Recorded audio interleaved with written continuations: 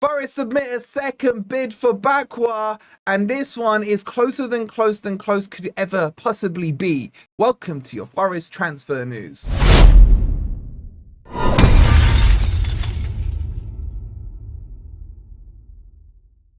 Afternoon, everybody. Hope you're doing well, and welcome to your latest Forest transfer news. Coming up, we'll tell you about the closer than close can be with Bakwa. We'll also tell you about some good news going into the Brentford game.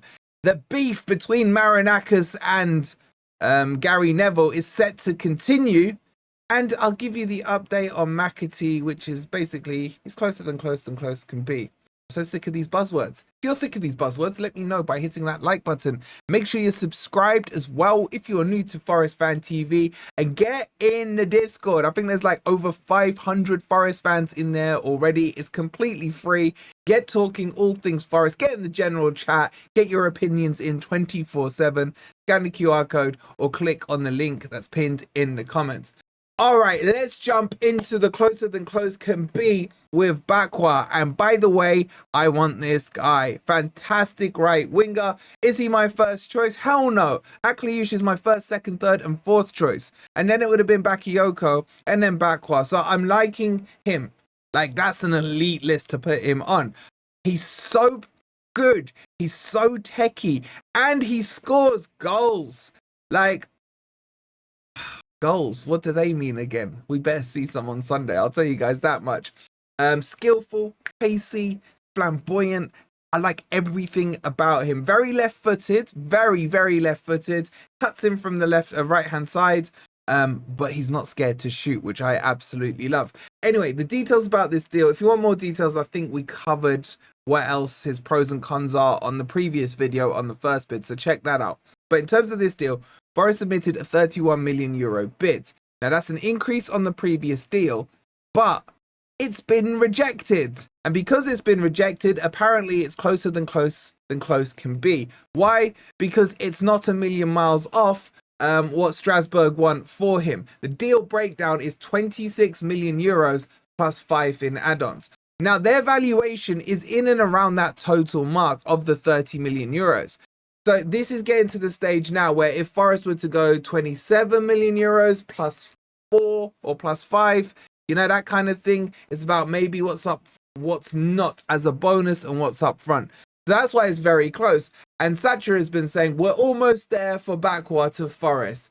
Forest submitted an offer for €26 million plus 5 million in bonuses this Tuesday to finalize the deal with Strasbourg. An offer rejected, but in caps lock, he says, which significantly brings the parties closer to an agreement to be continued. So that's why it's closer than close could ever possibly be.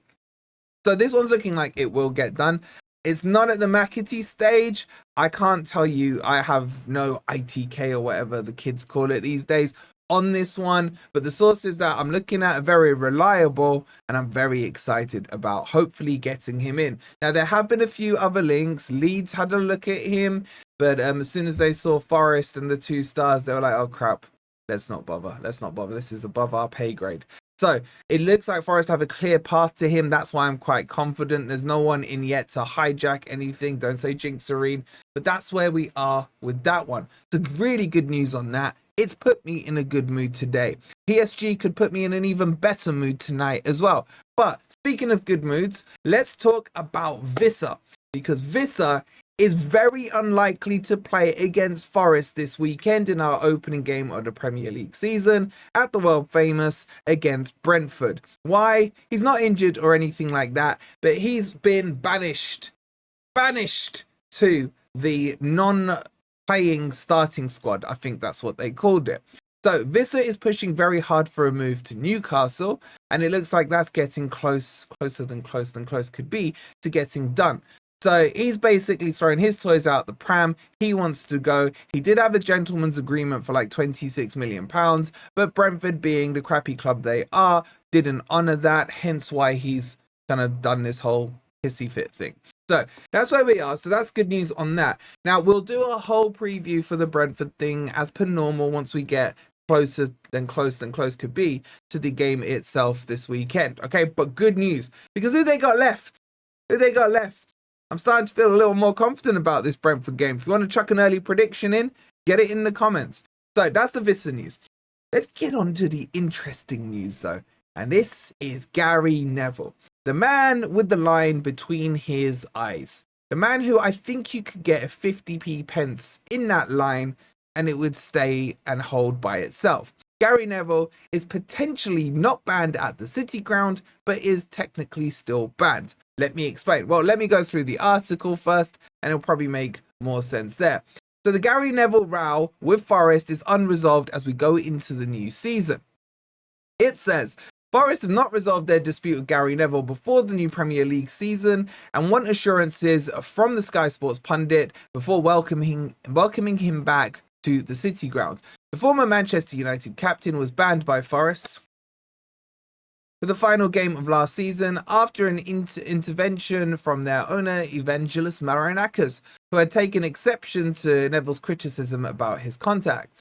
Although Neville is not formally banned, The Guardian has been told that Sky should not expect Neville to be accommodated as things stand. Forest want to resolve this issue, but will demand assurances from Neville that he'll be more careful in his language when discussing Marinakis before confirming he can attend.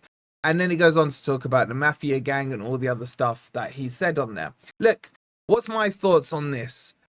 Because he's an ex-Man U player, I don't really like him that much. I'm sure he's a lovely guy, but I just see Man United with him. Also, I don't like him speaking like that about Marinakis. But there is an argument to say freedom of speech. We live in this democracy. He should be able to say what he wants to say.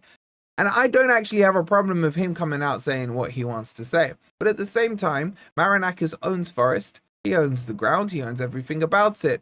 He can say who can and can't come into his backyard.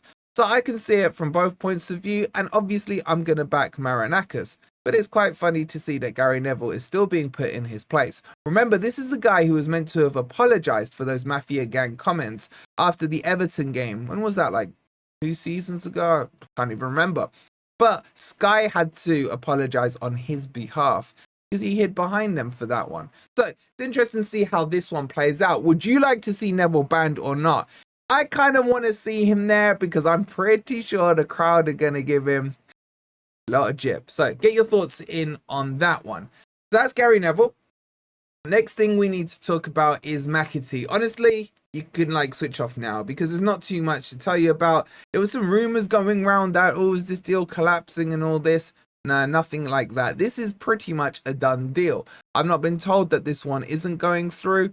I still don't know what the price is, but it's definitely somewhere between 20 and 30. Wow, exclusive there for you. A massive range of 10 million. As soon as I know, I will share it with you. But everyone is saying to me that the medical should be done before the end of the week. I wouldn't be surprised if it's today or latest tomorrow. Some of you have asked, can he play on Sunday against Brentford? Technically, yes. The registration cutoff is Friday at 12 p.m. So as long as the player is registered before then, they will be eligible to be added into the squad. So technically he could. Would he though? I would be quite surprised if he does. But expect this one to get over the line soon. Expect who's the other one I was going to tell you about? The right back, that's progressing as well. And of course, we are talking about Bakwa. So those are the 3 key ones that are in the works. The only other thing to tell you about is the Juventus star, got his name now, Douglas Luiz. Now, this one isn't dead, but it's gone very quiet. It looks like there's been an impasse met between the 2 clubs, and this is on the valuation of the obligation and which way the obligation goes through.